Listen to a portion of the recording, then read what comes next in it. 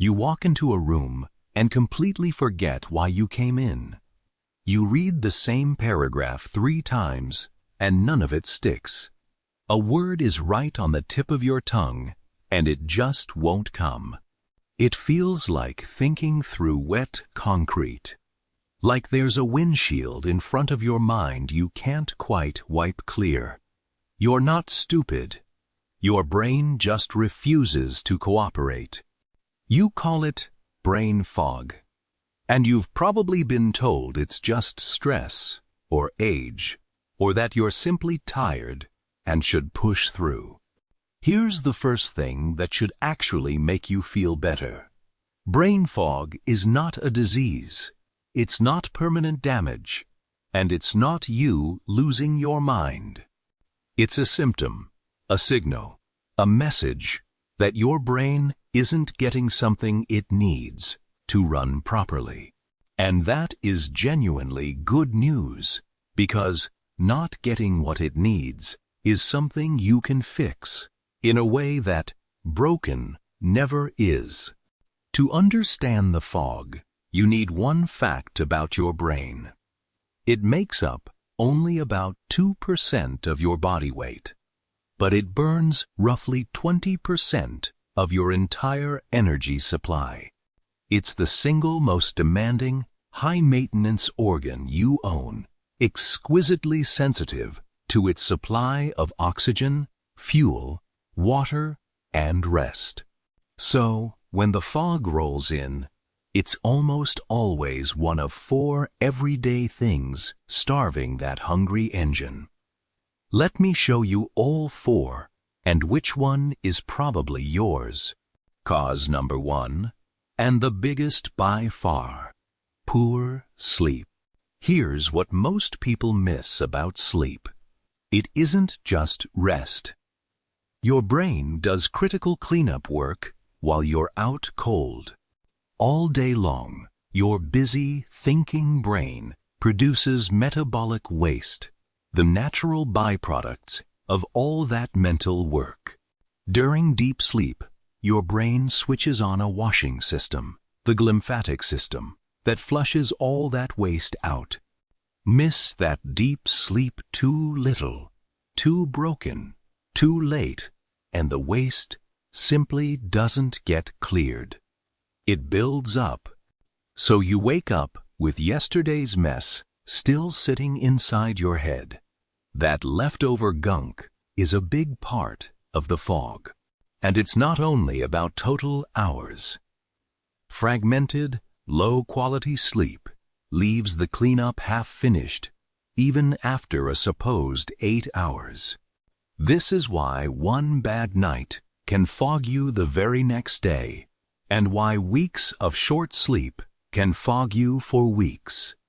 Poor sleep is the single most common cause of brain fog, and, luckily, the single most reversible one. Fix the sleep, and for a lot of people, half the fog lifts on its own.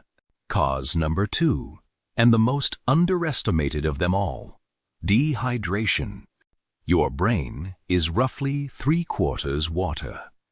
It's essentially floating in the stuff, and it completely depends on it. When you're even mildly dehydrated, your total blood volume drops a little.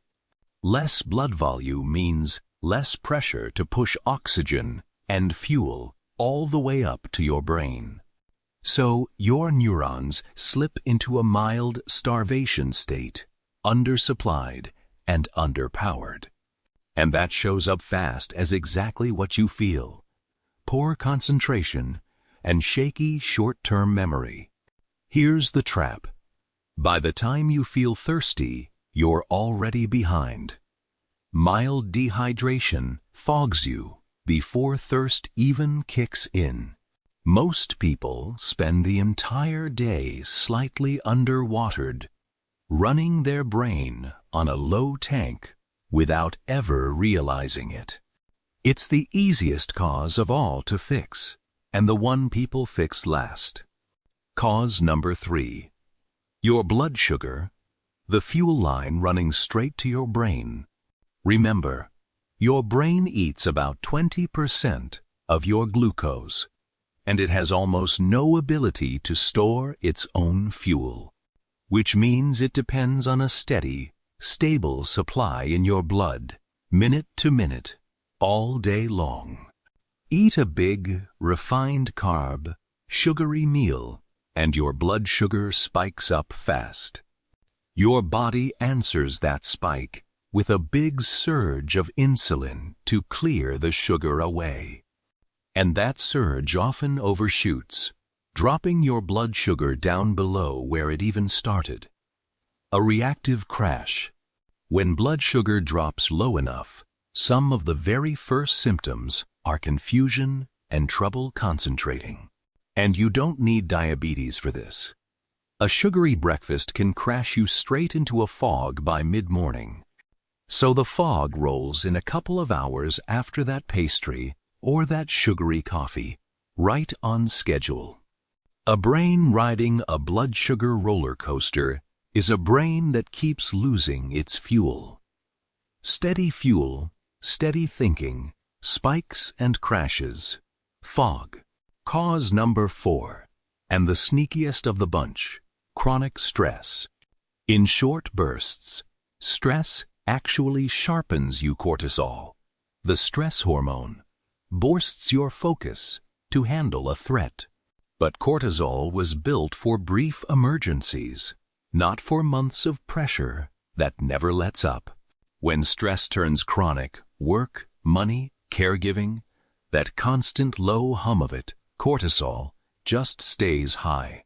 That hormone crosses right into your brain and binds to the areas that run your memory and clear thinking. Kept high too long, it interferes with exactly those functions. Scattered thoughts, forgotten words, names stuck on the tip of your tongue. And chronic stress does something else too. It drives low-grade inflammation throughout your body, including inside your brain. That neuroinflammation is a huge part of that specific thinking through wet concrete feeling. So, chronic stress hits you twice, the cortisol directly and the inflammation smoldering underneath. But here's the encouraging part. This is reversible.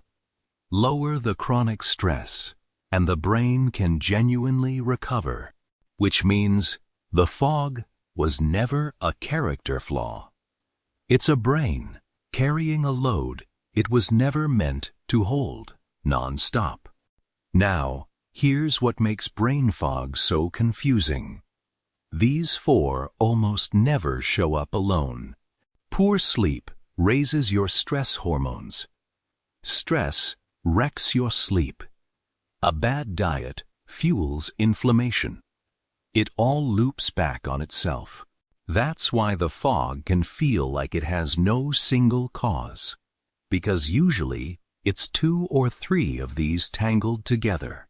But that's also the opportunity. Pull one thread, and the whole knot starts to loosen. So here's how to clear it, starting with the 2 that work fastest. Fix 1. Protect your sleep. Aim for 7 to 9 hours at consistent times and let your brain actually finish its nightly cleanup. Fix 2.